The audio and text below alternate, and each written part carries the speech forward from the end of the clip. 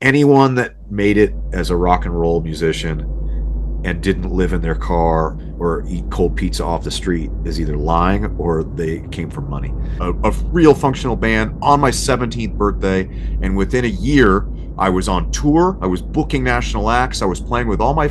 I say this loosely. I played with the Misfits. I played with Youth Brigade. All these punk bands. All my at the time favorite bands. All my friends were like, "We're gonna play baseball," and I was like, "What time after school?" And my father passed when I was a teenager. My mother passed when I was, I don't know, 29. My dog Mila inadvertently kept me alive on every sense of the word. Gave me a reason to get up. Yeah. Gave me a reason to not give up. I was like, "Where's the fucking Jack Daniels?" And someone was like, "Oh, Tammy took it. He's in the dressing room." I was like, "Tammy? Who the fuck's Tammy?" "Marty, it's your kids, Marty. Something's got to be done about your kids. Great Scott, you know." Yeah, the whole thing was terrible, Yeah. and I love him, and I'm so proud of him for handling it as well as he has. Yep. And that's that. Having Sam as like the little brother that I never had is very important to me. He handed me a CD, which I still have somewhere in the house, and he goes, "All right, Bubba, don't suck." And off I went. That was that. Just to clarify, I'm a lot more Bad Religion than I am Bang Tango. I always go into these things going like, "Don't talk too much. Don't give him any information." With age comes wisdom. The hair metal guru from Warren to Crew. The hair metal guru. Never forget Charlie too. Hey, I'm pumped to welcome Ace Von Johnson to the show. Ace has had a long career in punk rock. He played with Faster Pussycat for 10 years. In 2020, he put out a great album with a project called Neon Coven. He's done work as a voice actor, as a passionate advocate for dogs, which means that he is now Charlie's favorite guest. And yes, he's the guitarist for LA Guns. Ace Von Johnson, welcome to the show. Hey, Anthony, how are you? Thanks for having me. Yeah, absolutely. It's a pleasure to have you here. You've done, and most people who follow the channel know that I'm a huge punk rock fan. So I think we're gonna have that in common. I wore a Social Distortion T-shirt today Yeah, I just was for going to you. comment on that. One of my all-time favorite bands. Oh, I love Social D. In fact, hair metal fans might kind of.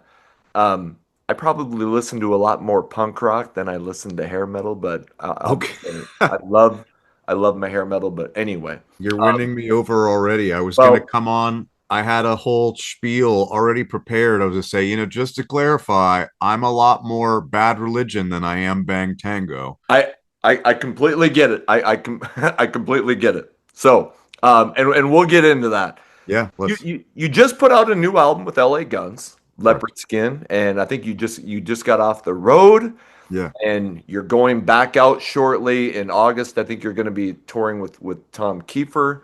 So you've got a Yes. ton going on lately. Yeah, we just got home about 2 weeks ago, and I've got the next couple weeks off, and then we have some weekend dates coming up, Sure. and and then we formally hit the road with Tom again the tail end of August, and Sure. then that takes us into the fall. I'm not sure what's going on beyond October, Right. but that's also far enough in the future where I don't really need to, I Sure. guess, think about it too much. Sure. Uh, Sure. So how were the shows that you just got back from after the release of the new album? yeah, shows were great. Shows were great.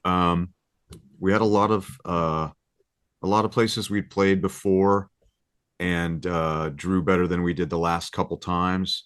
We played a few places we played with Tom on our own, Uh-huh. and we had a good amount of sellouts Sure. on the tour, mostly theaters and larger clubs. There were a couple, Tuesday night clunkers to be expected, Sure. as far as the old rock and roll dive bar shootouts go. I was just talking to Tammy today Okay. about weekday gigs, Yeah.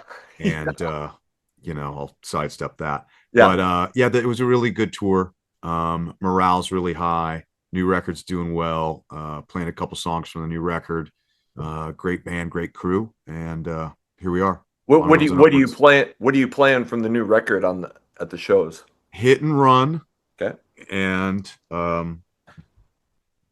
Lucky Motherfucker. I'm shocked I can name the songs because we play classic stuff, and Yeah. I'm like, the one that goes like this. I don't know the Right. title.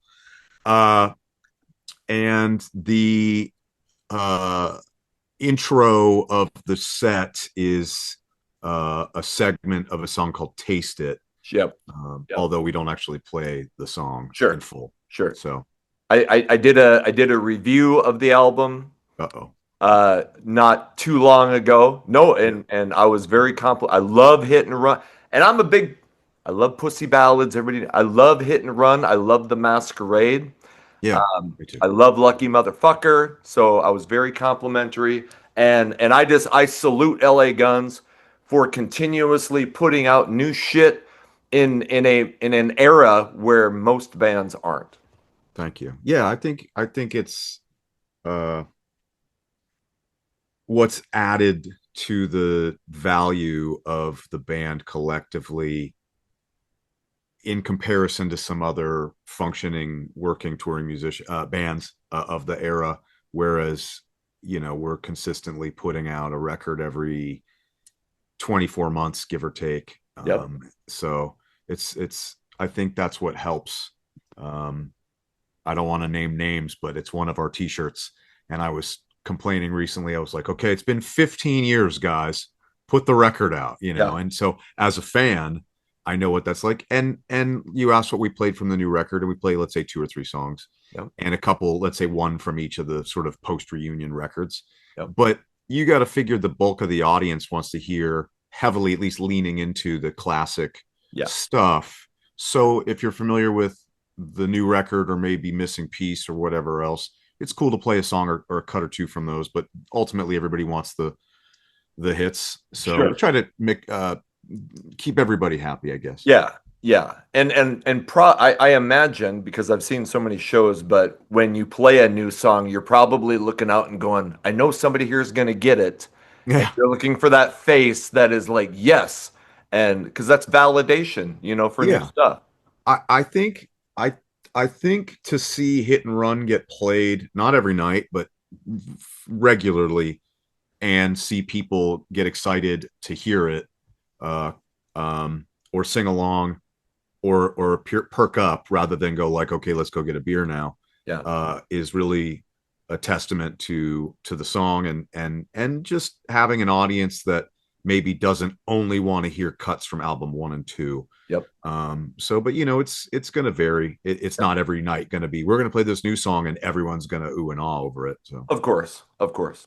So, um, I would like to, and I'm sure you get asked this all the time, but like when did the interest in music start? And when did you know what, this is what I want to do? wow. Uh, I'll try to do this in 90 seconds or less, if not shorter. No, yeah, I really just hearing music growing up, being interested in what I was hearing, and just this myriad of stuff that I was hearing in the late 80s as a kid. I'm a millennial, technically. yeah, And so being cognizant of what I'm hearing from my mom, or maybe, being a latchkey kid, watching MTV or whatever. So I'm getting Billy Idol, and I'm getting Don Henley, and I'm getting doo-wop on the radio from my mom, or country from my grandmother, or my dad kind of listening to sort of quasi contemporary music, and this, and an older sister who was very aligned with what we were talking about a minute ago about punk rock, yep, turning me on to the Ramones and the Damned. And then growing up in Los Angeles, and it was the 80s, so it was everything from Cyndi Lauper and Oingo Boingo to NWA and Belle Biv DeVoe yeah, to Megadeth and Soundgarden and Black Flag and all this thing. And as a kid, I didn't know about genres, and I still don't care to. yeah, And I just took everything, and eventually I got into high school, and it was very clicky. And so it was like the metal kids said you can't hang out with the metal kids, and the punk kids said you can't hang out with the punk kids, and the weird goth kids said you can't hang out with them. So I kind of was this isolated person and bounced around and eventually picked up a guitar. And once I could play a Ramones song, I would say within 18 months, I was off and running. And coincidentally, really what kicked it into overdrive was when I was about 15. By that point, I had moved from LA to San Diego, and I'm almost wrapping this up. I promise. No. But I had moved to San Diego, and I had met a guy named Chris, and Chris has a band in San Diego that at the time was extremely popular. They're called Agent 51. Yeah. Their second album came out and they got signed to Green Day's vanity label, Adeline, at the time. Yep. So it should give you some sort of, or your watchers or viewers or listeners, the kind of level of attention they were getting. They were getting these local awards. And I became their air quote roadie. I was the guy like humping gear and like, sir, yes, sir. As soon as I could drive, I was driving them places. Right. And long story short, they put out a single a month ago that I played lead guitar on. So it was a very cool little full circle moment in my career and for all of us. But that really helped me learn about how bands work and the diplomacy behind it. Or I should say like kind of democracy behind it, guys coming in with different parts and songs. And, I think the chorus should go like this and old school tactics, like flyers. I'm looking at an old punk flyer here. Oh. And handbills and putting stuff up and standing outside a show and giving people demo tapes and meeting people and networking. And that's what really, and then I started I say this loosely, but a real functional band on my 17th birthday. And within a year, I was on tour. I was booking national acts. I was playing with I say this loosely, I played with the Misfits. I played with Youth Brigade, all these punk bands, all my, at the time, favorite bands. And that snowballed into another band. And people started bringing me in. Hey, there's a band that got a record deal. They need a guitar player. I was 19. And next thing I know, I'm in my fucking 40s. So it just went to this gig led to that gig, which led to this gig, which led to another. And I hate to say it like this, but I did turn my back a little bit on punk rock in my early to mid 20s. I felt like I had been in bands that I was a fan of and realized that they were all like living with their fucking mom. Yeah. And just, it was kind of fleeting. And also as a guitar player, and I use that term loosely, but as a musician, I was expanding my repertoire. I was leaning a little more Hanoi Rocks and a little more Motorhead and Guns N' Roses and that stuff. And I was trying to segue at 23, 24, 25 from being in Murphy's Law and the US Bombs and whatever the fuck else in Orange County and LA and whatever, into a rock band. I wanted to play in a rock band. And so I networked and I joined this band and that band. And then I started playing with a guy from Faster Pussycat. Bob's your uncle. The rest is kind of history. And then now I'm going way backwards where I'm going, now I only want to be in a punk rock band. Okay. And so I'm reaching out to all my punk rock bands and going like, hey, you should let me write your album. Hey, you should let me play on your single. Hey, do you need a guitar player for a tour? I'm fucking bored in between. I have the summer off. Let's do something. So that's where I'm at. There's my life story. Hopefully in not too many minutes. Hey, all right. We'll see you later. Good call. That's a show. See there you guys. You go. No. Hey, and that was awesome. And I've been listening to the shit out of Neon Coven lately. Oh, thank you. And stuff that I didn't, because I found out about that a while ago. But then I was listening to like Madcap. Oh, he put out an album with, and that's kind of where that sound is kind of where my punk rock leanings started. And so I'm still proud of that record. That was I was 19 when we went into pre-production. I was a kid. Yeah. And all of a sudden we had like a label that had some money and there was like guys in suits and a producer and, we're bringing in this vocal of this reverb box. The last person that used it was Johnny Cash. It was very, now I do everything like my guitar's here because I'm demoing stuff this week, but like now everything's digital and emails and shit. Like that was still like reel to reel and like a producer and all this shit. So that was like kind of my first taste of Magic and one of the last ones. So and I'm probably gonna back. So anyway, I was making the point that you have played so many different styles. Somebody who listened to, and I listened to your Cheap Sex album. That was a little more hardcore than I was Yeah. then was kind of my thing. But then I was Same. like, okay, Madcap, here we go.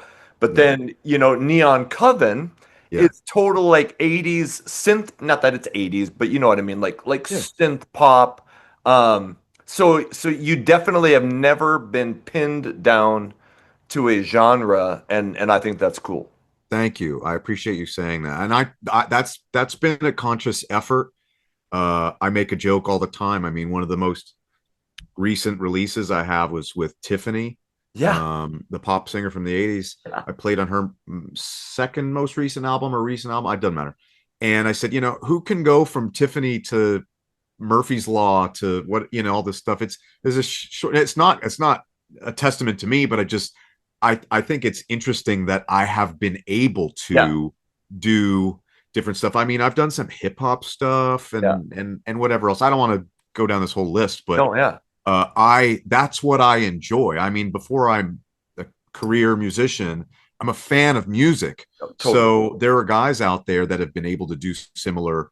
My mentor, perfect example, when I was a kid, he's no longer with us, but this guy Todd Youth, I mean, he did some session stuff for Cheap Trick and oh god, a couple country artists, of course, is escaping me, and then Danzig, and then filled in for Motorhead, and then Ace Frehley, and all this stuff. So as a younger man, I appreciated guys like that that could hop from genre to Yeah. genre and make it work. Yep. So I guess I inadvertently strived for that. Like like we're talking about our love of punk rock, and I could never like some of my friends still they only listen to Motley Crue, and I love that stuff. Yeah, But I would die if I could only listen to that old music. Like I'm constantly searching out new shit. So any yeah. this is about you. It's not about me. But Oh no, no, no, no. I agree. I mean, what's on my turntable right now is a newer. I think they've maybe outgrown it, but punk album from a band called Turnstile. Their new record just came out. It's on the turntable right now. okay, So there's but newer like bands yes, that I mean I'm a fan of, and even today Tammy was like, "You need to listen to this band," and of course I've forgotten who, but yeah, it's great when people can turn people on to new music, and there yeah, is new music, whether it's a new album from an old band, i.e., yeah, us, yeah. or a new band with a new album. So I mean, it mix it up. Like you're saying, it gets a little tiresome only listening to the same Motley debut Yeah. record. I think. Like you tell me that band Turnstile, and I'm Yeah. like, fuck, okay, I got to write that down because I'm gonna Oh go. man, their new record is good, but the record before it is called Glow On.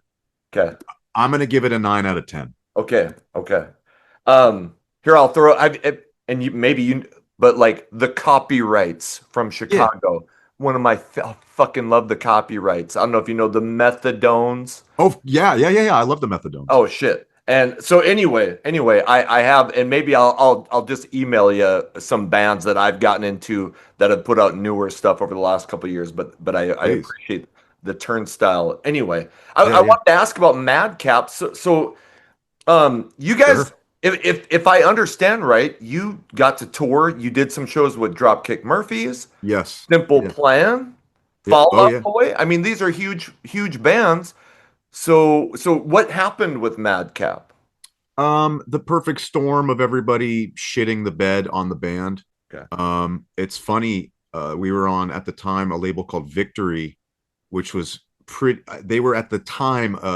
They had distribution through a major and all this stuff. A lot of these kind of, I call it the genre subgenre. I kind of just refer to it as like Warp Tour punk or Warp Tour Right. rock. Bands like Taking Back Sunday and stuff like that. And a Yep. lot of bands from that sort of world are guys I grew up with that Right. maybe they made a left when I made a right or whatever you want to call it.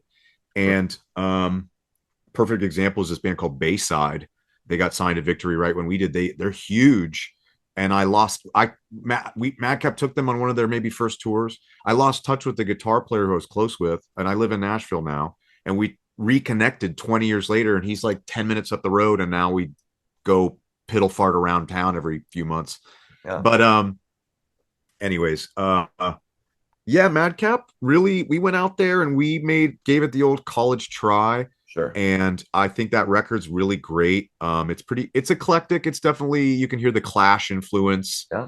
and the Rancid and a couple other subtle things like Elvis Costello and the Attractions and whatever else. And and we had a song that like charted and all this bullshit, and we went out with everybody under the sun. Yeah. And then one day, a tour got canceled and another tour got canceled. Our agent said she was retiring as an agent, and we just kind of looked at each other and were like, did we just waste the last 5 years maybe?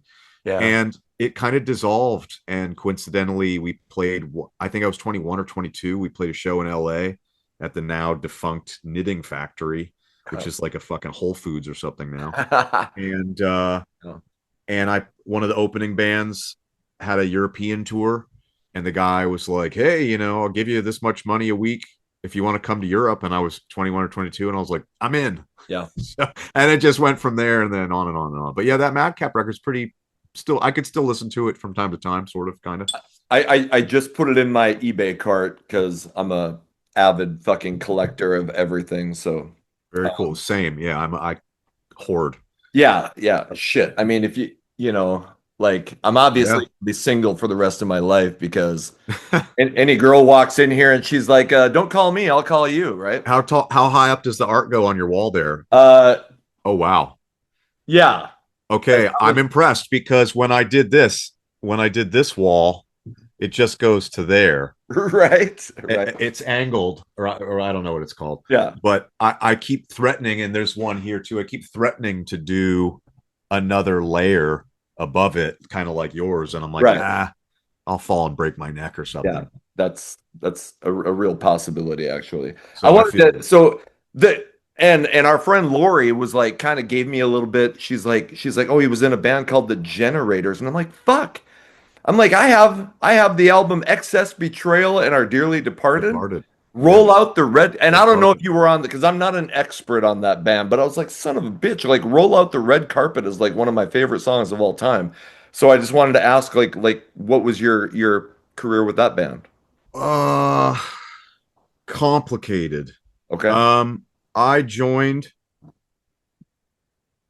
God, I joined right when that record came out. Okay. So I toured on that. I think there's a DVD in Europe of that tour. It's Yes. like a bunch of bands. Yes. And the singer Doug just passed Oh, no shit. recently. So Okay. we kind of made amends loosely before he did a few years ago, but uh I had been told that he was not well, Okay. and the person that told me that uh had said, he didn't really want to talk about it, so maybe don't reach out to him. And I said, okay, and I didn't. And then he died, and then I've a bit of regret in that Okay. regards. But the next record came out, Winter of Discontent, maybe, and I did not play on that, although I'm pictured on it Okay. because it was already finished before I joined. I don't remember. I mean, this was Sure. 20 Sure. years ago. And then I played on the next two records with them, The Great Divide, which the first couple, I mean, like any record, at least personally, I'm not going to go, every song's great. Right. But the first song on that record, I think, is called The Great Divide. And I mean, that was the first time I ever played piano on a recording, and Okay. it's a composition of mine. Even the solo on that one, I still think sounds pretty cool. Yeah. Um, and then there's a record after it, Devil Deep Blue Sea or something like that. And by that point, I had kind of phased out and was doing other stuff that was maybe equal to or greater than, Sure. and sort of was maybe more of an auxiliary guy. Had a bit of a falling out with one of the guys, Okay. and who shan't be named. Sure. And that was kind of it. I guess I was kind of in that band for maybe like off and on for about 5 years in my 20s. Okay. Um, and then there was this period, like I said, 23, 24, 25. I was just playing in so many bands, most of whom you'd never have heard of, Right. which is what ended up leading me to the Pussycat gig. I think I was 26 when I first officially went to Tammy's house, and probably joined at 27. That sounds about right. And Tammy would be somebody who would definitely relate to your punk rock past, Oh yeah. right? Tammy, God, I did see your video. I had to watch it in pieces, but I watched your video talking about that whole the cruise, Sure. and because I was there. Yeah. But yeah, Tammy and I bonded over that recently, Yeah. obviously, but Yeah. Tammy and I initially really bonded over punk rock. Okay. And I think the fact that I got to watch my wording here. Yep. I was the guy in the band that was, uh, you know, the most well behaved in the group. And so Yeah. we would sit in the back lounge of the bus. This is in my 20s. And he would like to isolate from the other three. Sure. And the two of us would just sit in the back and we would talk about, Stiff Little Fingers and Zodiac Mind Warp and, Right. you name it. Lords of the New Church, Yeah. the Joneses, all kinds of stuff. Yeah. And New York Dolls and our love of Johnny Thunders Yeah. and stuff like that. So yeah, I think that's one of the things that we definitely heavily bonded over early on for sure. How did that relationship, like, how do you meet Tammy Down, and how do you get invited to join that band? Well, how long's a piece of string? Ha! Um, fuck. The first time I met Tammy, I knew who he was Yeah. because by 25, I was like determined to network through the streets of Hollywood or Yeah. whatever. Yeah. And I was meeting all these guys that were sort of rock in the rock community, or maybe we could say glam metal adjacent. Yeah. And I was hanging out at the Rainbow and going to, this guy's house, and this guy, Zach Wilde's having an after party or whatever at this hotel, Right. and just schmoozing, networking. Yeah. And I was in a band called Charlie and the Valentine Killers, Okay. which was fronted by a guy named Charlie Overby. And Charlie was the singer of a band on the Strip called Big Bang Babies. Yeah. Shit. Carrie Kelly. Yes, exactly. Yeah. And Carrie Kelly, it's funny, we just followed each other on Instagram or whatever this week. And I was like, oh, Carrie. I was like, okay, cool. That's been a minute since we talked. Fuck. I want to get him on here. Anyway. He's great. Yeah. I can't say enough great things about Carrie as a human and a player, and definitely influenced me early on as far as like we would call it like branding now. Yeah. And whatnot. But yeah, so I met Charlie. Charlie was my booking agent, and he came and saw me with one of these punk bands I was playing with and whatever. And he goes, "What the fuck are you doing in these punk rock bands? You look like a rock and roller. You should be in a rock band." And I said, "Well, yeah, you know any rock bands?" And he goes, "Yeah, I've got this project called Valentine Killers. Chad Stewart from Faster Pussycat's the drummer. Yeah. And Brian Forsyth from Kicks sometimes plays guitar." Yeah. And he just went down this list of guys that either played on the recording or came and went. And I said, sure. And so I joined that band, and we went out with David Allan Coe, and we went out with Headcat, with Lemmy, God rest his soul. Oh yeah, that's a whole other thing for another time. Sure. And that's how that gig really springboarded me into meeting all these guys. At one point, Jerry Montano, who had just left Danzig, was our bass player, and then he brought me in, and then I met this guy, and then he brought me in for that, blah blah blah, snowball effect, right? Yep. And so that's how I met Chad, and then eventually Danny from Faster Pussycat. And we did a show, I want to say, with the Reverend Horton Heat at the House of Blues on Sunset, which, excuse me, also is no longer there, so don't look for it. And backstage was this, goth looking guy. And I don't remember which guy, but I was like, where's the fucking Jack Daniels? And someone was like, oh, Tammy took it. He's in the dressing room. I was like, Tammy? Who the fuck's Tammy? And they're like, Tammy Down, Fast Pussy. I was like, oh, okay, yeah. And this guy, long black hair, he was still in his total like goth industrial phase at the time. This was like 7, 8, maybe. Yeah. And I walk into the band that I'm playing's dressing room, and there's this sort of quasi Marilyn Manson looking dude. Right. And he goes, "What's up? I'm Tammy. You want some whiskey?" And I was like, "This guy's fucking all right, cool." Yeah. And that's how I met him. and then maybe I'd run into him here or there, and then a couple years, let's say 2 years later, swing back around. I got brought into the band, and I never auditioned or anything. I just went over to his house, and he has this gold top Les Paul, and I just picked it up. We are just talking. I'm kind of just picking at it, and he goes, "Oh, I can see you can play all right." And I was like, "Yeah, it's bathroom wall. It's not that hard." Yeah. And he handed me a CD, which I still have somewhere in the house. And he goes, "All right, Bubba, don't suck." And off I went. And that was that. Um, and I want to ask this the right way because were you concerned at all about joining a band who was known more for the past? Does that make sense? Like were you concerned that you were joining a legacy band? And I'll stop No, right there. But no, only because a lot of the bands I'd been in already were in their own okay, respective right legacy bands. I sure, mean, I was in Murphy's Law for 7 minutes, yeah, and they've been around since 1980. sure, And at even joining, you mentioned the Generators, even joining the Generators, they had what, 4 albums out, and nobody cared in sure, America, but in Europe, that band at the time, off and on. But I mean, we did okay. I mean, we were playing, 3, 5, 800 yeah, people a night at a club isn't too bad for a month hell worth of yeah, work. But and some relation from the Generators to members of Social Distortion and members of DI, yeah, just keeping it all in the punk rock circle. But yeah, so I was familiar with being in a legacy band or a band with, sure. a catalog. So no, I didn't think about it like that. Okay, okay.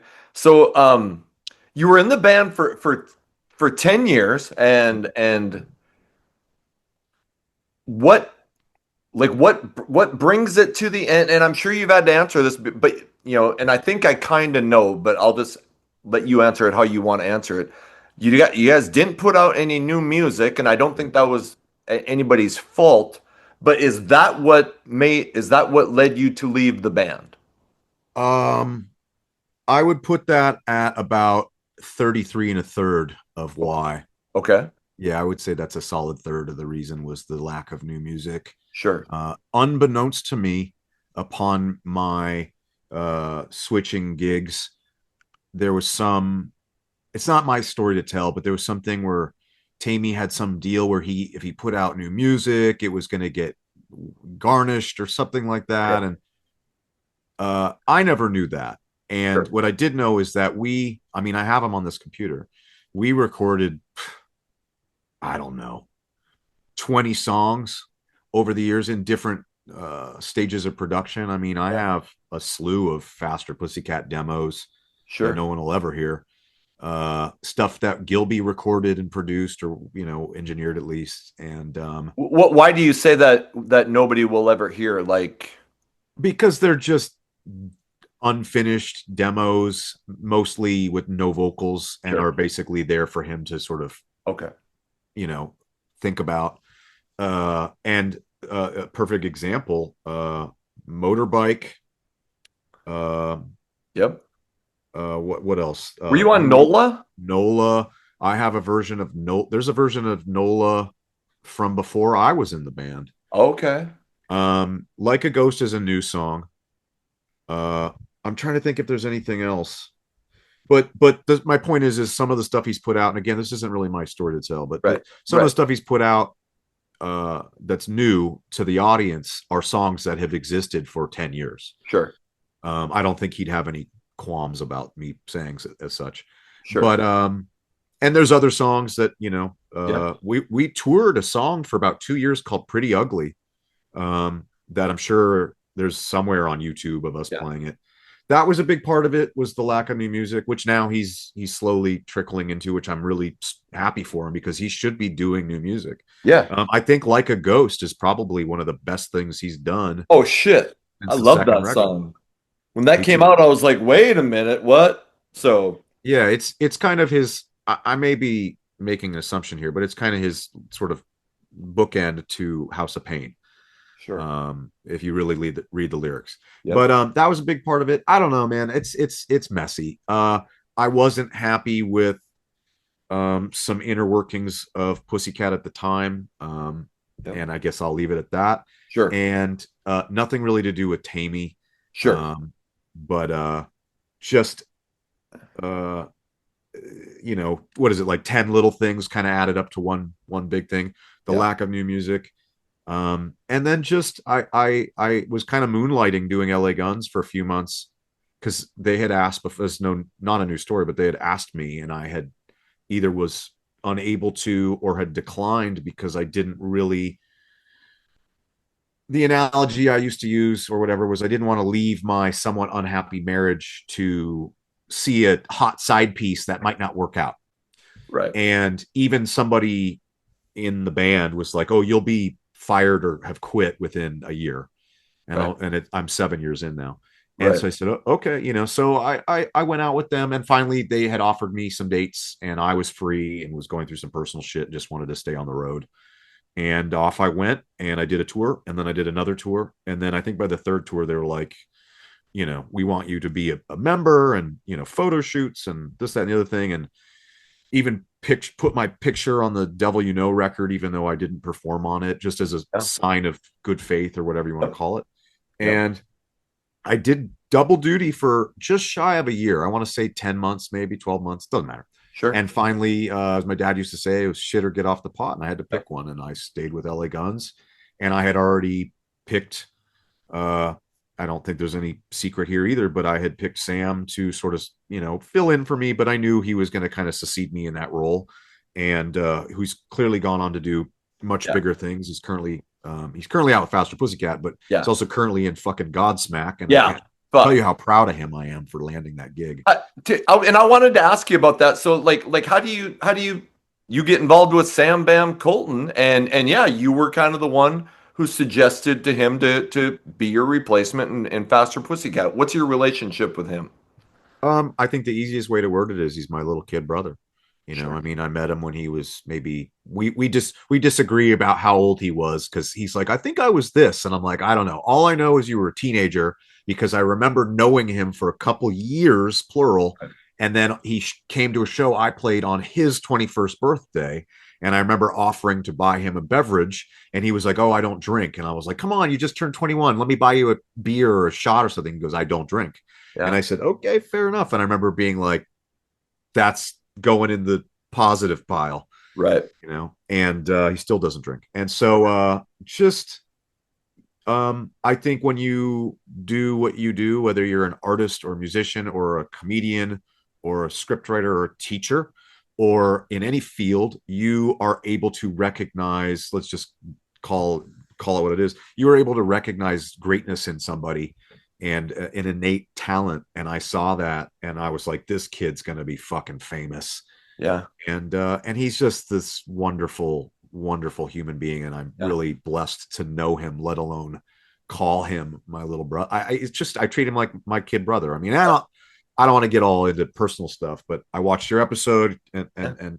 that other episode, and you're talking about family, and my family is basically I have a sister and a niece, and that's kind of the extent of it. So Sure. um having Sam as like the little brother that I never had is very important to me. And then to watch him, land other gigs or do other things. I mean, I was literally in the room with him when he got the call for Godsmack, and he's going, "What do I do?" And I'm like, "You're going to go to fucking Massachusetts, and you're going to beat the shit out of this gig, and it's yours." Yeah. And he called me at several junctures during his audition process, and I was like, "To stop worrying, dude. You have the gig. You Yeah. have the gig. You have Yeah. it." And here he is. But anyways, Yep. that's Sam's story to tell. I'm Yeah. so Sure. proud of him. Onwards and Yeah. upwards for him. Yep. You don't get the Godsmack gig unless you can fucking play. So, No, I mean, and it's same thing with Dorothy too. I mean, yeah. he Yeah. nailed That's that right. gig, and he's the same thing with Pussycat. I mean, I could have picked somebody. I've had this conversation before. I could have picked somebody that was equal to or less than. That would have made me look good. Like, oh, the guy that we got, he's okay, but we wish we had Ace back. No, they did not say that. They're like, this kid's fucking great. Fucking see you Yeah. later. Yeah. So, you know, doing what's best for the band, I thought at the time, and it's served everybody well. I'm sure Tammy would agree. And you seem there's no animosity with you and Tammy. None. But No, not at all. right. If anything, I think there was like a year of like weird growing pains where everybody was like, "How's your new gig, bro?" But that's just the overall consensus. I would say, if anything, Tammy and Mai's rapport. I mean, I talked to him today. Okay. Tammy and I's rapport is better than it was the bulk of the time I was in the band. Right. So, and then compound that by the elephant in the room and the tragedy and all that, and being privy to that, and having each other's back through that whole thing, et cetera, et cetera. So yeah, no, we're very close. I love him. I love him to And death, and and it's great. obviously I'm not going to ask you to share it, but like you were on the 80s cruise. Yes. I mean, I'll just say I can't, and I'm a massive Tame Me Down fan. I'm a massive fan of Faster Pussycat and obviously LA Guns. I mean, what can you just briefly your perspective being there? That must have been like chaos. Um. And if you want to Yeah. pass, you can pass. I mean, I'm not. Yeah. I don't want to give any blabbermouth or Yeah, anybody sure, a sure. quote. So, Yep, the whole thing was terrible, yep, and um, I know more than I want to, sure. having known this person for as long as I did, Yep, and uh, things that were said over the years, and more importantly, things that were said that day by said yep, person. yep. Um, and um, it's horrible what happened, in the sense that somebody took their own life. Yeah, Clarify. yep, And it's more horrifying what has my friend's been put through. yeah, And having been there, Sam, Chad, and I were there with Tammy, I would say, within a matter of minutes yeah, from it happening. yep, And then for the duration of yep, the cruise, yep. he was not able to disembark, get off the Yeah, boat, because we had to come back to the port in America so that yep, uh, they could investigate properly. People are like, well, why can't he get off? And this, that, and the other thing. And yeah, I'm watching people, message and comment and say, and a lot of people don't know that I was there. I was subbing for the band. I've actually subbed or guested with Faster Pussycat, I think, every fucking year yeah, since 2019 when I left. right. So it's kind of like I never went anywhere. Yeah, But yeah, the whole thing was terrible, yeah, and I love him, and I'm so proud of him for handling it as well as he has, yep, and that's that. yep. Okay, I appreciate it, and Yeah, and yeah, and my thoughts and prayers are with him. I mean, I can't imagine.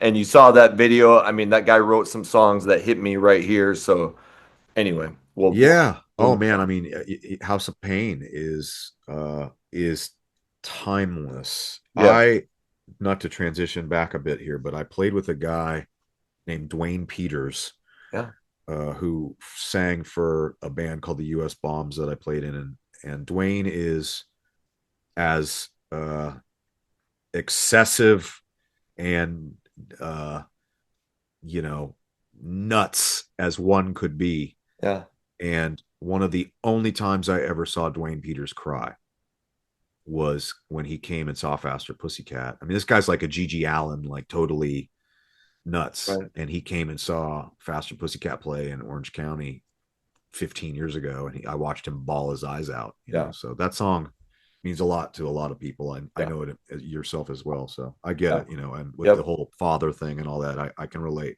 yep. So you end up joining LA Guns, and yeah, they're Yeah. now, and I mean Tracy's a guitar hero. Could you just like what do you feel is your role, and do you get to be involved in the songwriting at? Yeah, yeah. There's definitely an ebb and flow. Like sometimes Sure. he's like, I wrote 8 songs, and I go, I've got two, and sometimes, so uh I was playing him 2 or 3 things last month on the bus, and he was like, fuck, why didn't you send me this last year? And I was like, I don't know. Um, guess it'll be on the next record, maybe, sort of, Right. maybe. And so it's his band, Yep. and I'm kind of the Uh, he's made a couple Mick Cripps uh connections where it's like, yeah, you're like the punk rock rhythm guy, Right. Right. and I get my little thing at the end, the featured show off part, or sometimes we play a song called Like a Drug that I wrote and the solo's mine. Uh, and there's some harmony stuff.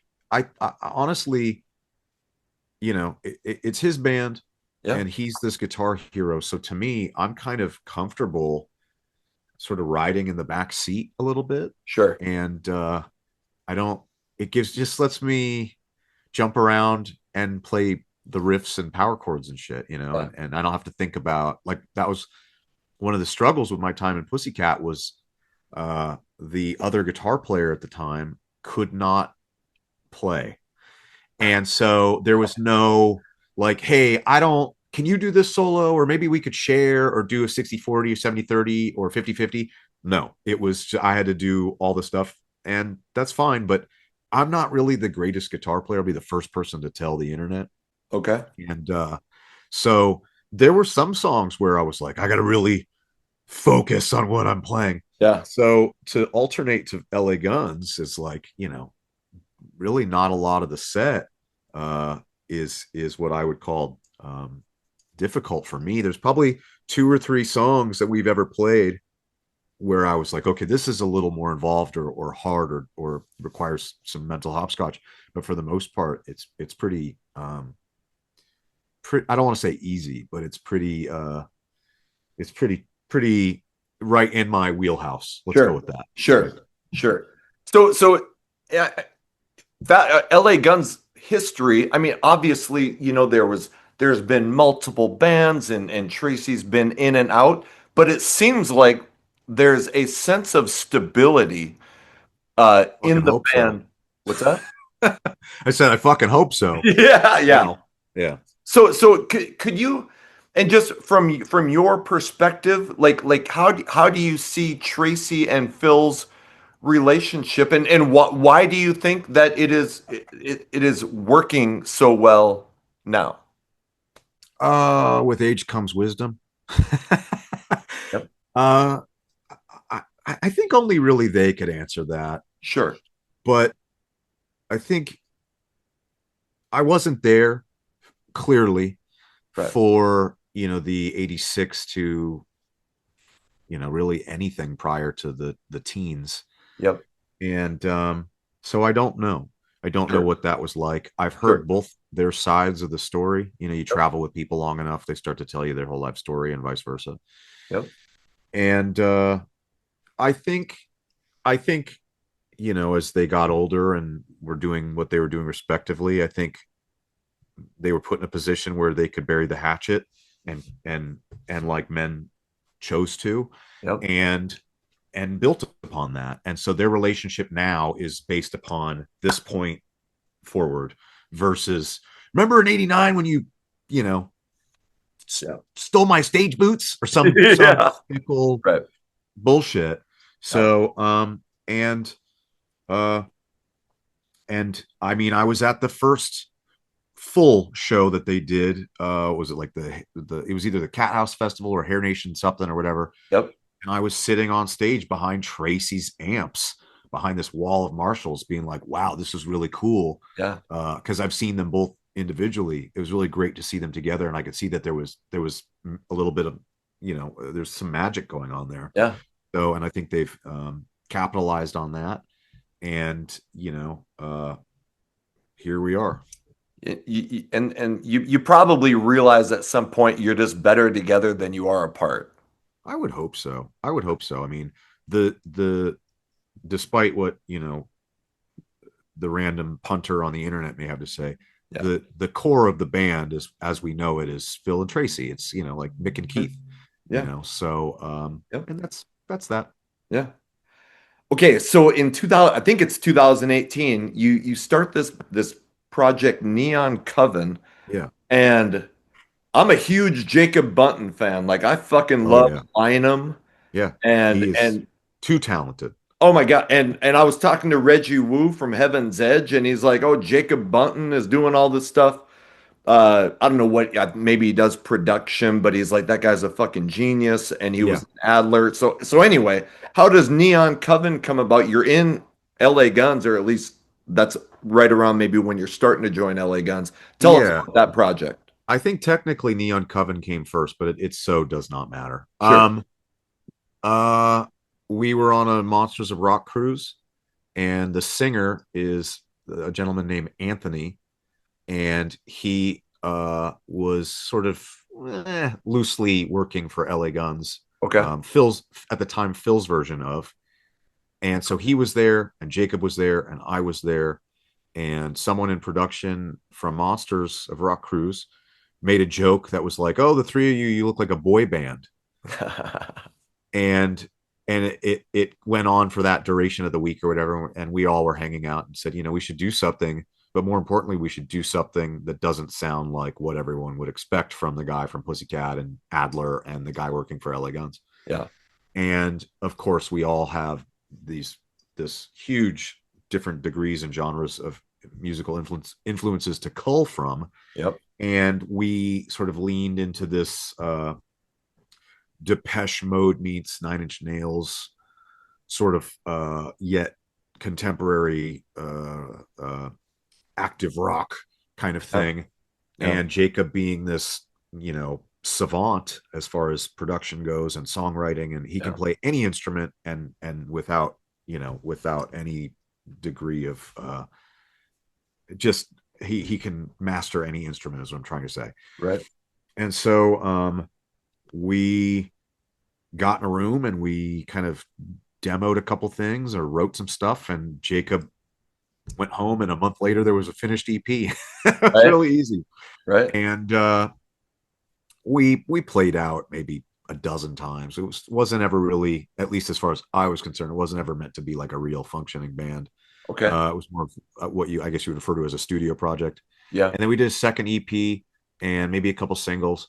And then at the top of the pandemic in 20, we were working on what was a record, and we put out a full length album called Future Postponed. Yes. And I would put that album in my top 3 albums that I've done that I'm most proud of as far as an album. Yeah. And then I moved to Nashville, and the world did what it does. Yeah. And I think they put out a single without me and played 1 or 2 more shows without me. And then I heard that it was like, oh, it's not the same without you, or it's whatever, or we'll wait till you're available or something. And it kind of got put on ice. I don't know. I might be paraphrasing or speaking out of turn there, but Yep. needless to say, I'm not really doing it anymore, or Okay. maybe they are, and I don't know. But Okay. I feel like I brought my contributions. I think I wrote 3 or 4 songs on that record. And I'll tell you, my favorite song on that record is the song called "You're Never Getting Out Alive." Like, holy shit! Like, I can't stop listening to that song. Anyway, I don't remember what song that is. I don't know what number. Anyway, I do know that I wrote "Dead to You," "You're Dead to Me," or whatever, the sort of Rob Zombie kind of sounding one. Sure, that's great. And if you listen to that guitar solo, I'm using a digi-wham, like an octave pedal, but I'm using it like a wah pedal because I'm an idiot. And we were laughing so hard at the sounds. It's kind of Tom Morello. Yeah. And we were laughing so hard, I fell off the stool I was sitting on, and we actually kept most of that take. So it's just all over the place. And I hear it, and it makes me smile because it was a fun little thing during the middle of the height of the, pandemic. Yeah. Especially living in Hollywood, it was intense. Oh, I'm sure. At that time. But yeah, it's a really great record. So yeah, if anyone wants to check it out. So you're not really involved with it anymore, or at least I talk to all those guys, quarterly, Yeah. right? Probably Jacob the most. Yep. But if it was a yes or no, am I still a Neon Coven? No. Okay. Were you on that sync? They did a cover of "Cuts You Up" by Peter Murphy. I fucking love that song. Yeah. Yeah, that was, I think I think there's only one single they put out after that I had nothing to do with. Okay. I played on the Cuts You Up cover. I'm a huge Bauhaus fan. Yeah. Oh shit. So when Jacob, I think, or someone proposed doing a cover of cuts you up. Jacob plays violin beautifully. I was Yeah. like, oh, you have to do that. And then I did the guitar, the violin melody with I don't know if you're familiar with I can't reach it, but an ebow, sort of that U2 kind of like Okay. Yeah. effect. So it was fun to use that Sure. on a track Okay. instead of a violin. But anyways, yeah. Well, that's a great record. Neon Coven, Future Postponed, came out in 2020. So I've really been into that lately. Thank you. Sure. Um, so I think if anybody searches your name, they're gonna find this fucking, and pardon my language, I swear a lot. Yeah. This Michael Jackson thing that you did, and I'm sure you get asked about it all the time, but you apparently played on a couple like alternate something after Michael Jackson died. I'll stop now. What happened? How did that come about? Oh man. That yeah, it's funny. Nobody I haven't had to tell that story in a minute. Okay. When I was playing with Charlie Overby, I met Jerry Montano. Jerry brought me in to do his record that never came out, as they tend to do. And I say that because I stopped. People go, "What do you have coming out?" And I stopped telling people what I have coming out because half the time I say I have this coming out and it doesn't come out, Right. or it takes 5 fucking years, Yeah. or never, like the Michael Jackson session. Right. Um, I met a guy named James Murray who's no longer with us, who was producing Jerry's record. And it's funny, I was thinking about James Murray today. He passed on his motorcycle. I saw a guy ride by that had long hair on a Harley, and I made me think of James. Okay. James was a very famous engineer and producer. He did a lot of new metal and just a ton of stuff. And we were out drinking one night. I was probably 28, 29. And I said, "What are you working on?" He said, "Oh, I'm working on this batch of Michael Jackson songs." And I said, "Very cool." And he said, "Yeah, we're just some guitar stuff to do tomorrow, and then we're done." I said, "Well, what the fuck? Why didn't you call me?"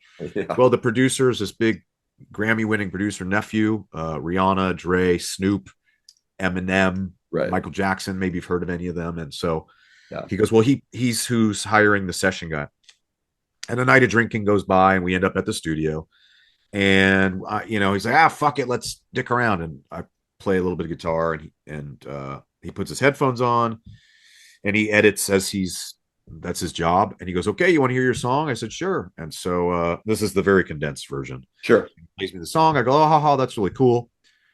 Off we go. We go get some breakfast. Drops me off at home. I wake up to frantic bunch of missed phone calls. He goes, "I need you to get back to the studio right now. I played nephew what we did last night, and he wants to cancel the session guy and have you do the session." Sure. And that's kind of it. I came back, I polished it up, blah blah blah, redid the solo. There were people there. It was very like something out of a movie. There was like a guy from the Jackson estate and a guy from the label, and it's very weird. And like guys like, "Could you do it more like Santana?" And so the record eventually came out without the version of the song that I'm on. Okay. They went with a more, I guess, contemporary hip hop type dance version of the same song. Now, keep in mind, all these songs Michael had already passed, Yep. so they were stripping all the music and just taking his vocal tracks and building new music underneath. Yep. And so the version of Hollywood Tonight that I did is a rock song that sounds like something from the Beat It era. Yeah. Sounds like Thriller era. Yeah. Guitar, bass, drums, keys. Yeah. And the version that came out is very club and not for me. And so Sure. James called me. I was on tour with Faster Pussycat, and he said, "I have some good news and some bad news." I said, "What's the bad news first?" He goes, "Well, your song did not make the album."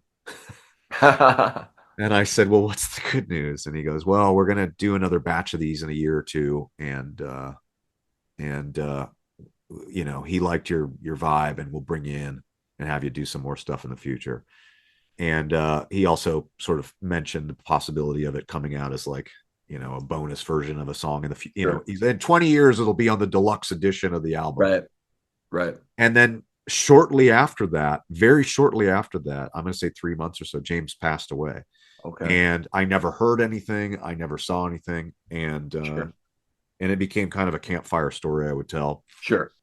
And a friend of mine who's sort of in the family, music wise, not literally, is an entertainment lawyer. And she said, "You should put it on the internet. At least that way it exists and people could, bootleg it or whatever, Right. So I did, and it grew legs, and there was about a 2 year period in the, let's say, early teens, I guess you would call it, where I got asked about it at every Sure. fucking interview, podcast, whatever. And so that's that, and it exists in the sense that it's online, and that it was a legitimate session for the Yeah. album and produced by Nephew, and the version that I put up on whatever the hosting site that I put it to, and just was like giving to friends, Okay. doesn't exist anymore.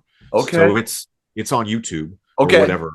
Those I have nothing to do with any of that. Sure. I What just song was it? What song is it that's on it's YouTube? it's called Hollywood Tonight, Okay. and I had put it up just so I could go, hey, hey, I heard you do this. I go, yeah, send me your emails. I'll email it to you. Yeah. It wasn't like I was trying to get it to the masses. Yeah. I just wanted, if you asked about it, you go, yeah, you could go hear it. Right. And obviously it grew legs from there. Sure. And to whatever degree. Sure. And it was cool. It helped me get my foot in the door with a couple things. Tammy Yeah. at the time was really impressed because his first concert was the Jackson 5. Right. And yeah, that's kind of it.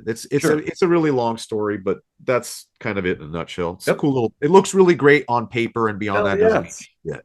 Hell yes. If you can put your name next anywhere near the King of Pop, I mean, fuck. Yeah, fair. Cool. And you mentioned this a little, but you did something with Tiffany. Do you want to Yeah, I love short? Tiffany. Like She's here in Nashville too. Yeah, I how think did we're that along. come about? I did a cover. We did a cover of "Keep on Swinging" from. Oh wow, and I'm forgetting the band. Somebody's gonna yell at me. It's been a day.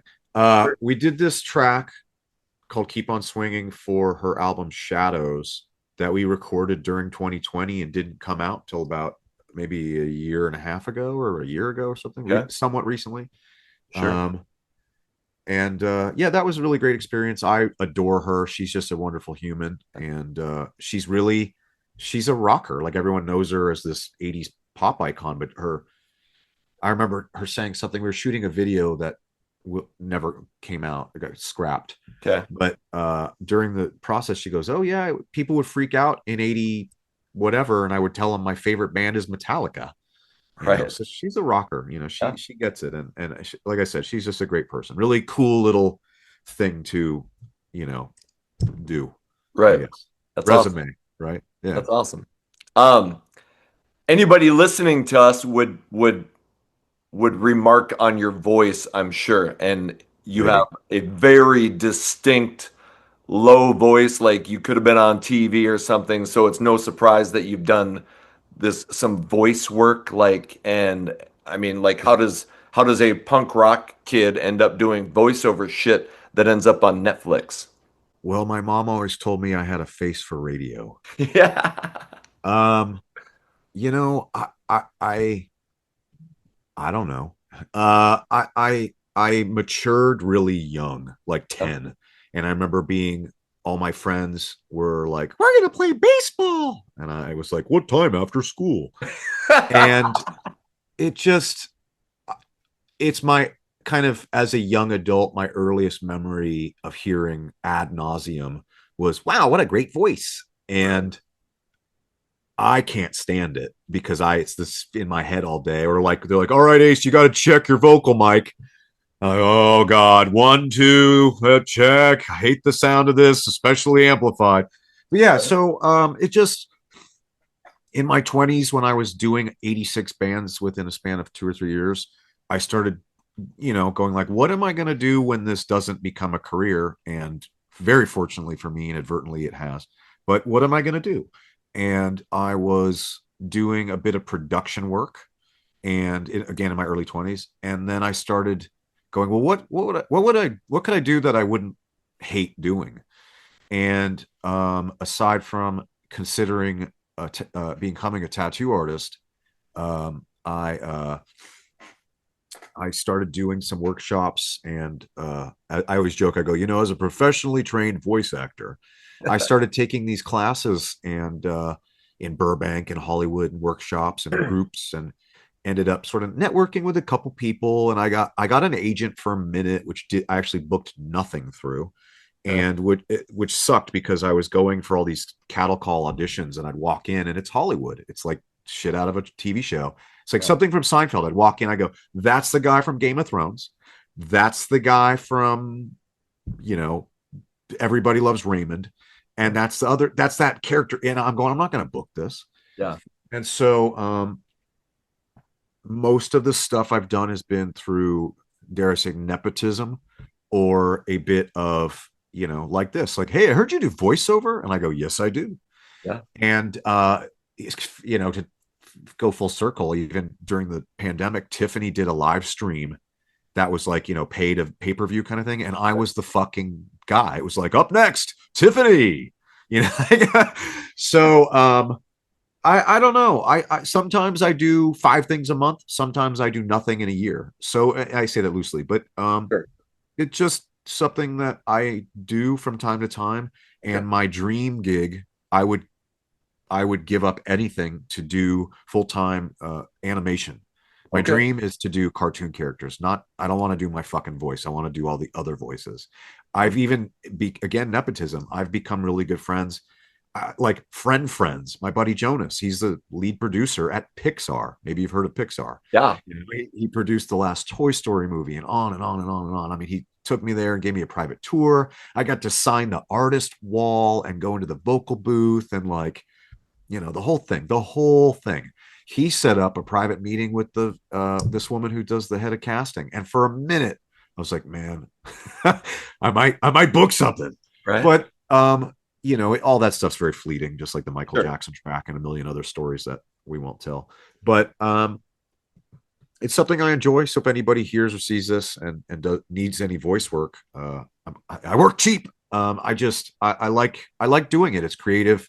I don't have to put clothes on. I love that. I have a fucking walk-in closet under my stairwell.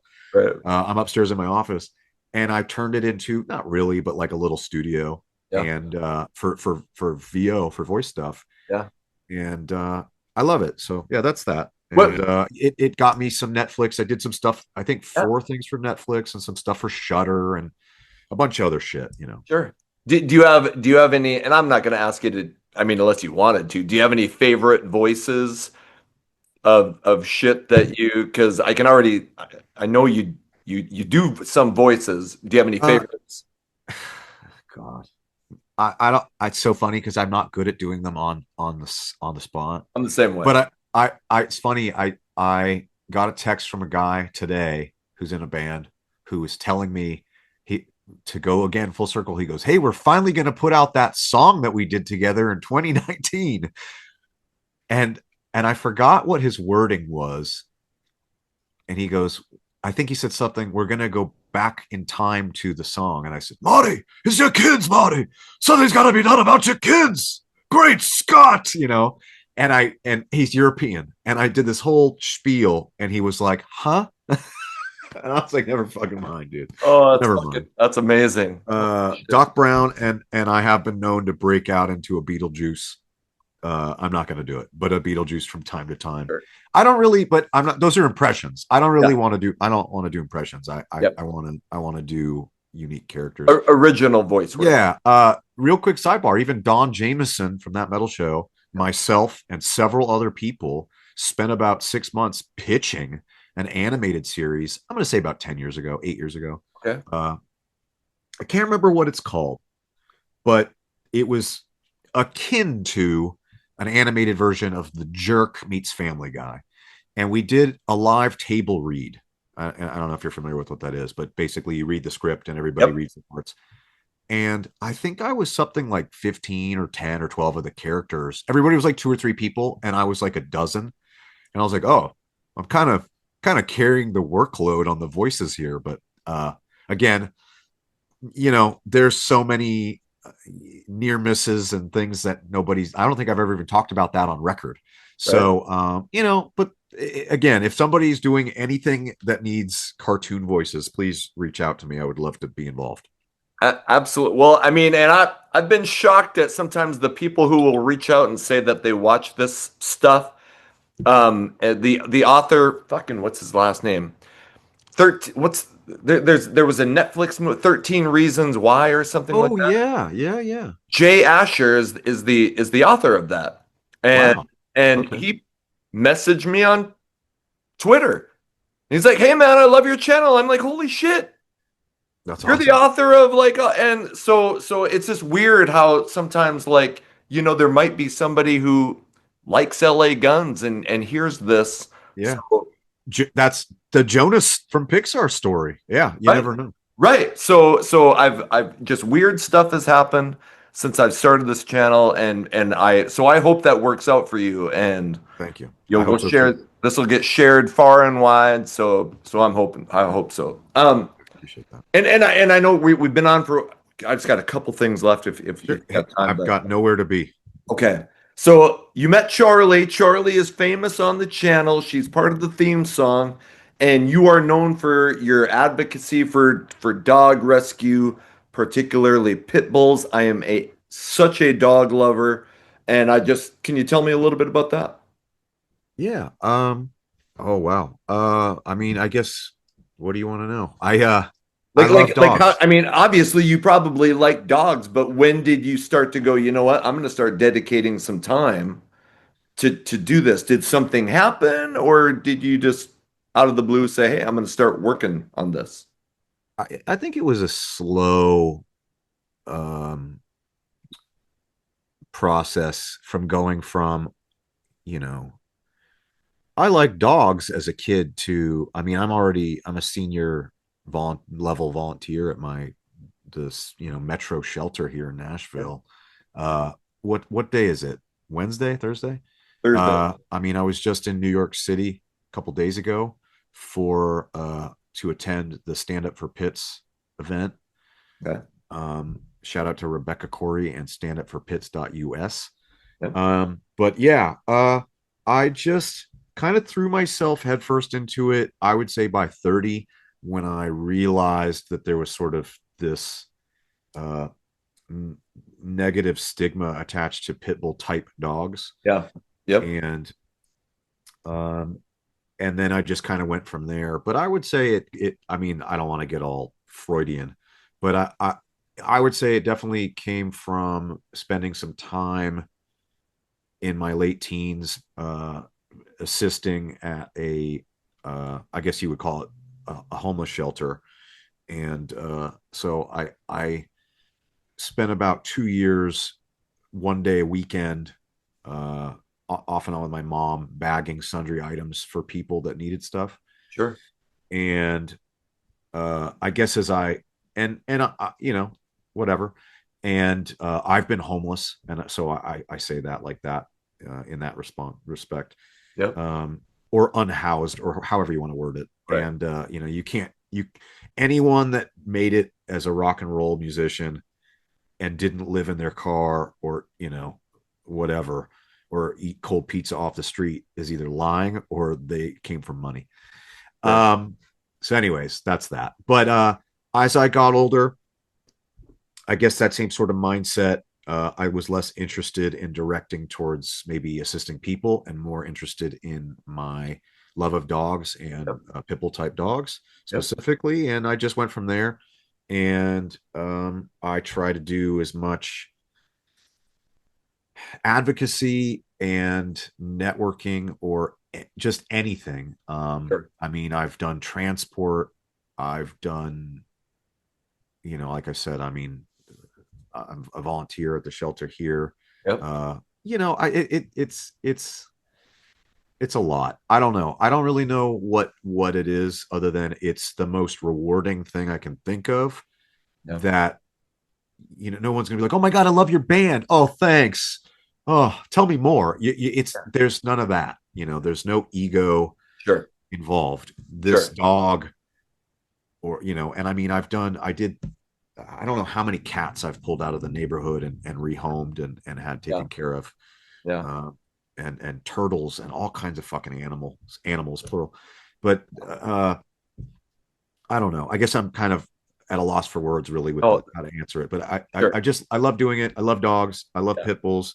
I think it's total bullshit that people will take, a news headline and try to apply it to. There's something like 18 million pit bull type dogs in America right now. 18 million. Yeah. People are like, well, last year 7 of them bit somebody. I go, what about the other 17 million, Right. 900,000? It just Yep. it's so I guess it's the underdog element, and having been an underdog my whole life, or at least feeling like one, or a black sheep, right? Yeah. Seeing that and then connecting with man's best friend, and then I had a dog named Mila for 10 years. That was like my fucking world, Yeah. and that just pushed me into like I remember walking through Hollywood 12 years ago, and this person saw us, and this was a guy that looked sketchy, scary, whatever, and he Yep. looked at me, was like, no, with that dog, and he crossed the street, and he was like, I'm not going near that dog. And I said, okay, fair enough. And we're walking, and I went to the bank, and I'm stepping inside, and I'm at the ATM, and this woman walks up next to me, puts her stroller next to us, just like anybody else would, and my dog goes, Yeah. Yeah. and she just looked and smiled, and I was like, what a weird dichotomy Yeah. between this guy that looked like he could kick my ass, is afraid of my dog, and then this woman is totally unbothered. Right. So I tried to lean into the latter, and don't judge a book by its cover and all that, et cetera, et cetera. And then I'm in the South now, and there's dog fighting Yeah. that I have to just tune it out, but it's so Yeah. rampant, and I can't even. Yeah. you don't want to know. You really don't want to know. And so just trying to bring awareness to stuff, whether it's the good or the bad. And it's more rewarding to do stuff like I'd rather talk about this for 30 minutes than talk about guitar riffs. Right. So that's Right. it. I love dogs. That's it. Sure. I losing a dog for me is I've lost family members that I'm not super close to, that it's harder to lose a dog than some family. And anyway, I don't want to, probably comes off wrong, but No, you're preaching to the choir. I totally understand. I'll say this, because I watched your episode. I know some of the things you talk about. Yep. My dog Mila inadvertently kept me alive on every sense of the word. Gave me a reason to get up. Yeah. Gave me a reason to not give up. Yeah. And also at one point, probably more than I'm aware of, but definitely one point, literally saved my life from an armed assailant. So, Oh. I feel like the best I could do is to honor her memory and keep pushing forward with my, I don't want to say agenda, but my advocacy. Yep. And it's way more rewarding to do. I mean, I spend a couple days a week at the shelter. It's way more rewarding, and sometimes I try to when I'm on tour as well. Sure. Just drop in and be like, hey, I'm Iswan Johnson from some band, and today we're at this shelter in such and such city. Here's these dogs. Please come adopt them. Yep. But it's way more rewarding to spend my day walking these dogs and to see them get out of the shelter or trained or socialized, et cetera, than it is to be like, hey, I'm at the bar. I'm the tattooed guy in the band. Maybe you've heard of me. Like we all did that in our 20s, and now Yep. it's time to do something else. And this is what I've chosen to do. That's I think that's great, and so I appreciate you opening up about it. Yeah, sorry to be so No, boxy about it, but shit. thanks for asking too. No, absolutely. And another thing that comes up is, well, like, obviously you're a collector, but I think you're a horror movie collector. So what was the first horror movie that you saw and you're like, holy shit, I love this Man. stuff? How long do these episodes normally go? If we go long, are people going to be mad? Because when I sat down, I was like, we'll talk for 45 minutes. Yeah. You're asking about stuff that I like, even the Pitbull thing. I will talk until you shut me up. My first memory. My longest episode ever is 2 hours and 7 minutes, and we're at hour 15. So let's keep this at like 1:45. Sounds good. I don't want to be the guy. Sounds good. My earliest memories, and we've sort of sidestepped this a little bit, but family and whatnot. But my father passed when I was a teenager. My mother passed when I was, I don't know, 29. Okay. And So here I am. But in my childhood, one of my earliest memories of my father is him sitting me down and showing me all the old black and whites. Yeah. You know, Vincent Price, Bela Lugosi, Boris Karloff, Peter Lorre, Creature from the Black Lagoon, Day of the Triffids. I mean, just on, the Mole People, on down the line, all the way to the garbage, like, day,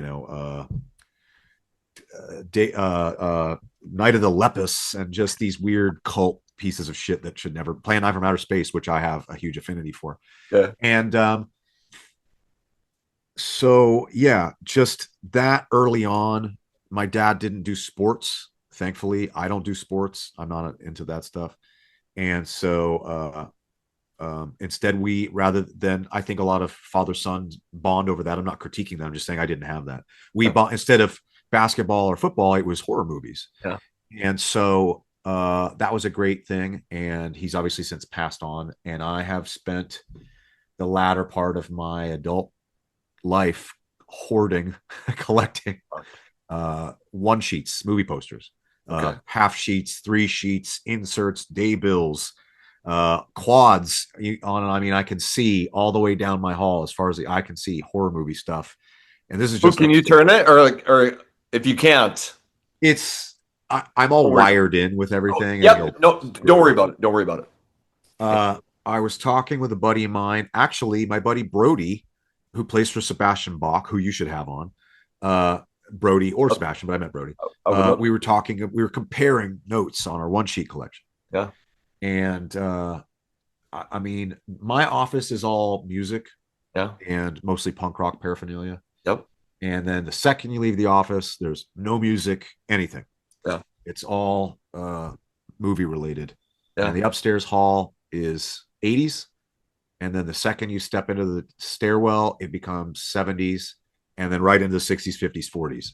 Oh, no shit. So, and then now my new project is winding it into the kitchen. And now the kitchen is back into the 80s again. It's an OCD thing, kind of like the wall and all that. Yeah. And there are worse habits and impulses to live by, I'm sure. But, yeah, so I collect these things. I'm very passionate about it. Yeah. I lost something in an auction house about a week or two ago. I was like, you bastard! They blew it up. But I love it. It again, like I said, with the dog rescue thing or voice work or anything else. In my 20s, I was doing whatever I was doing. As a kid, I was doing whatever I was doing, and now that I'm in my 30s and now 40s, I collect. I'm trying to recapture my youth. I think a lot of us are trying to recapture our youth. So if it's not my ever-growing record collection, which you can see about a third of behind me, it's now wrapped into the office closet and here and there. Yep. But the movie posters and a couple other things. But yeah, you asked me an easy question, I gave you a long answer. No, that's all right. My first memory is definitely one of all those Universal movies, and then everything that I should not have been shown at like 6, like The Shining, The Exorcist, other stuff that's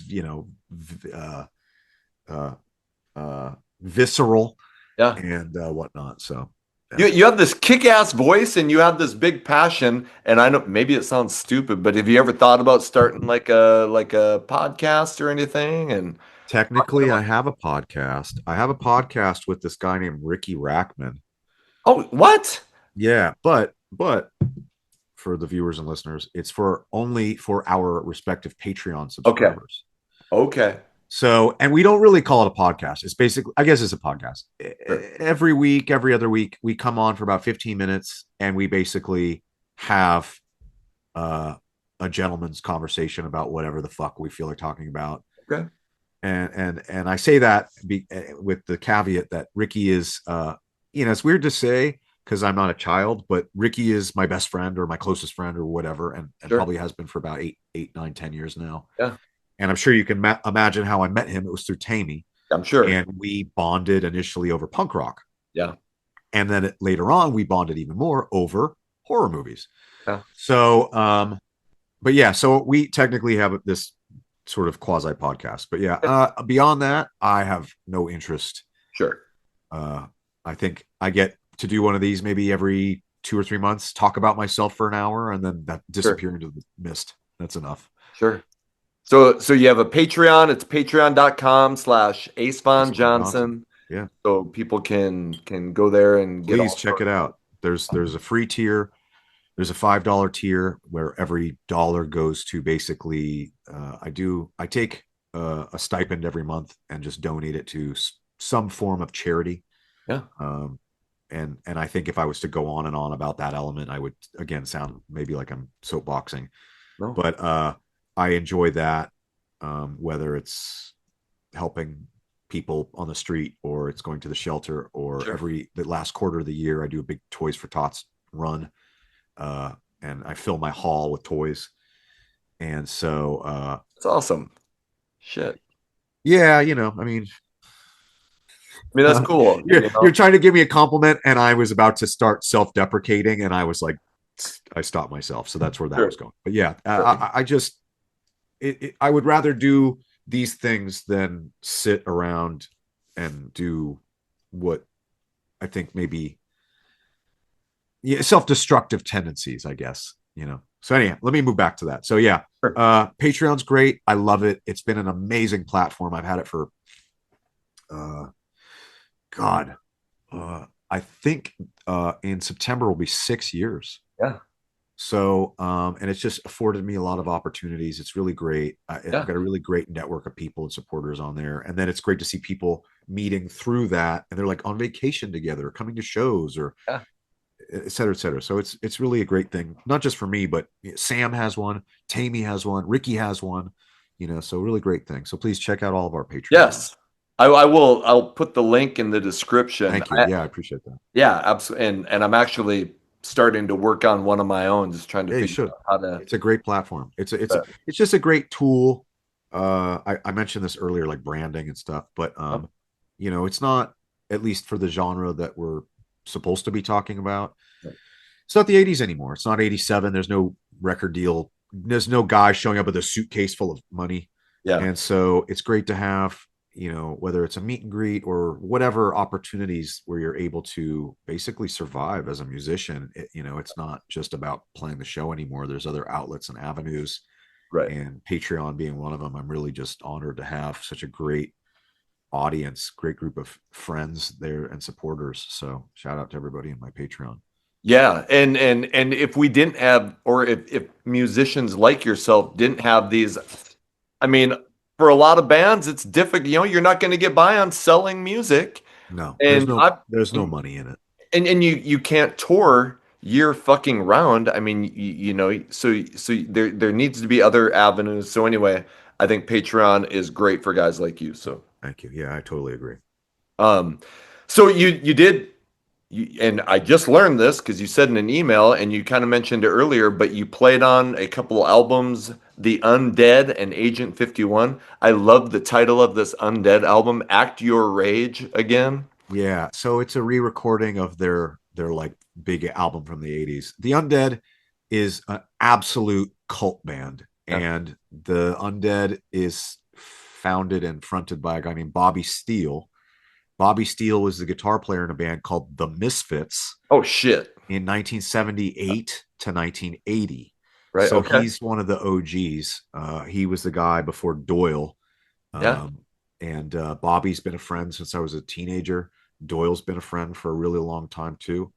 In the guitar player before Bobby's a guy named Franche Coma on their first record, Static Agent. He's a really good friend too, which is one of my favorite perks of wherever I am in my career, is where a lot of the guys I grew up listening to are just buddies or fans or friends, Yeah. or we have a mutual, kinship or whatever you want to call them. Sure. And so the Undead is this sort of splinter band from the Misfits back in their heyday. And they had this album in the 80s called Act Your Rage. Act Your Rage.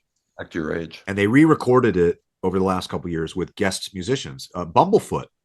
Oh, no shit. He's on a song, and Des Cadena from Black Flag, who actually, interestingly enough, Des Cadena played in Duff McKagan's Loaded at one point. Oh, no way. Okay. Yeah, but just all these guest guys. Yep. And Bobby was like, "Hey, will you play on a song?" I was like, "Oh my god, I would be totally honored." I have a picture of me with Bobby Steele at an Undead show the month I turned 16, right when I got my driver's license, I drove to see them.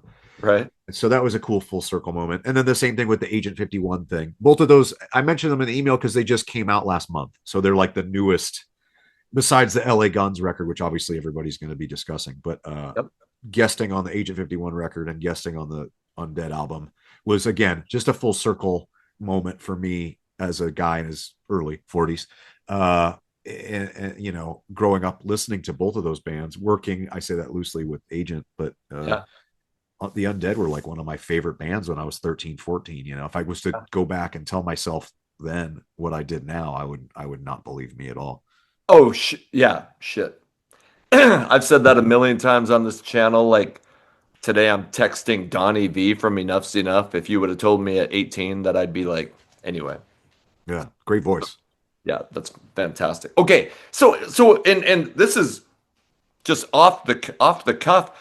If somebody did want you to play on something, what do they do? Like if somebody's like, fucking, hey, I want Ace Von Johnson to play on my record. Uh, I've done stuff like that.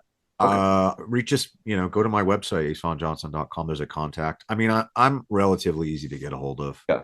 Even though I don't have active social media, I barely use Instagram other Sure. than this stories thing. But I Sure. mean, again, you can reach me. Okay. But I've done stuff where I'm doing it in the capacity as like a guest of a friend or a band that I'm a fan of or that Yeah. I'm wanting to. And Okay. then I've done stuff where I'm just hired as a session player and Yeah. maybe it's just a job. Sure. Admittedly.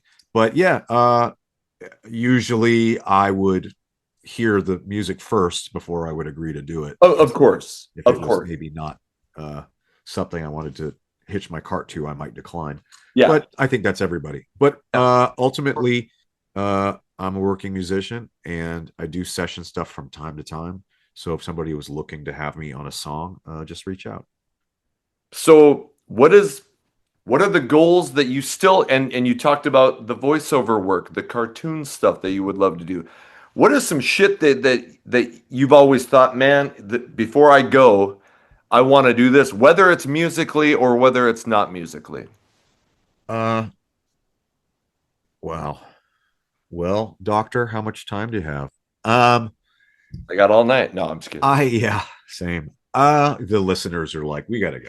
Yeah, yeah, I think if I had unlimited resources, I think it'd be easy. I mean, obviously, if I could do anything, uh, I feel like the scope of what I wanted to do or what I set out to do playing music, I've really kind of checked a lot of boxes off that aren't astronomically unobtainable, right, right, like you're never going to play lead guitar on a Metallica album right, or something, you know what I mean? right, I right. think aside from working with maybe two or three individual artists specifically, I've really done a lot in that arena. And I'm kind of like, if I retired from music uh, sooner than later, I would be like, I did a good job. Oh Fair yeah, enough. oh yeah, But the voice, you mentioned the voice thing. I would love to be doing animation yeah, and as far as like a career move. yeah, But if like I had $10 million and wasn't doing anything, right, like isn't that the dream?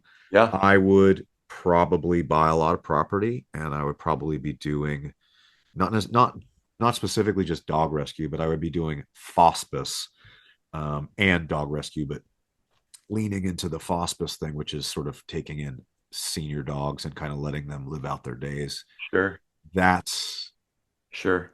if I could just snap my fingers and have a wish, that's what I would do Yeah, full time rather than, uh, be this whatever persona I think people maybe think I think right.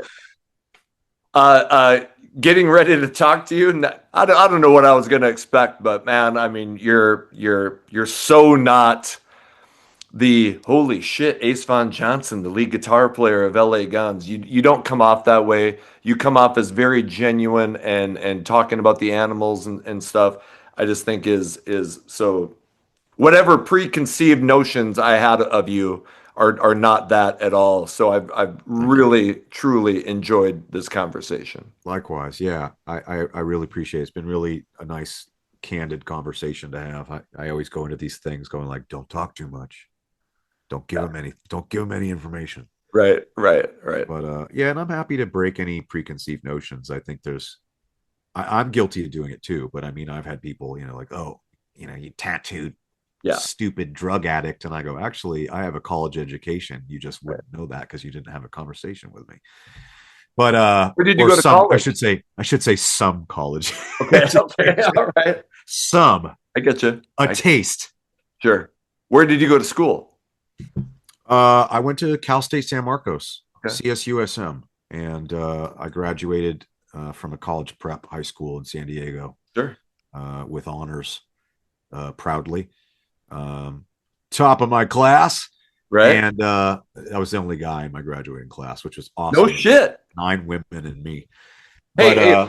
So yeah, it I was graduated with 10 people and we had one girl oh, in my interesting class. flip flop there. Holy fuck. That's anyway. Sorry, go Yeah, ahead. yeah. But I get my point is I appreciate you saying that. Sure. It's nice to hear, Sure. and I do revel occasionally, admittedly, when people are like, "Oh, you look like you'd be like some Yeah. idiot or a drug addict," and I go, "Ah, Yeah. fooled you." Yeah. And for the record, I didn't think not like I thought No, but it was gonna be, just in but general, you just yeah. Anyway, it was a great conversation. I'm gonna send people to your Patreon, please. and LA Guns is going back out on the road. So hopefully now I can't remember your tour schedule, but I'm in Fargo, North Dakota. I Sometime don't think we're getting to North Dakota. I don't think so. Maybe Minnesota. Maybe with the Tom tour, Yeah. but I'd have to look. But yeah, Yep. we're out with Tom Kiefer, the singer Cinderella, starting the end of August through the beginning of October. So look for tour dates in a city near you, etc. Yes. So is there anything else that I missed? Any place I can send people to keep up with Ace Von Johnson besides the Patreon? I know you do have an Instagram, but Yeah, that's pretty much it. Patreon. Support your local animal shelters and absolutely. take care of yourselves. Really, that's all I say. Hey man, it's truly been awesome talking to you. Likewise. You seem like such a good guy. Like you feel like you're the kind of guy who could just be buddies with anybody. So it's been fantastic.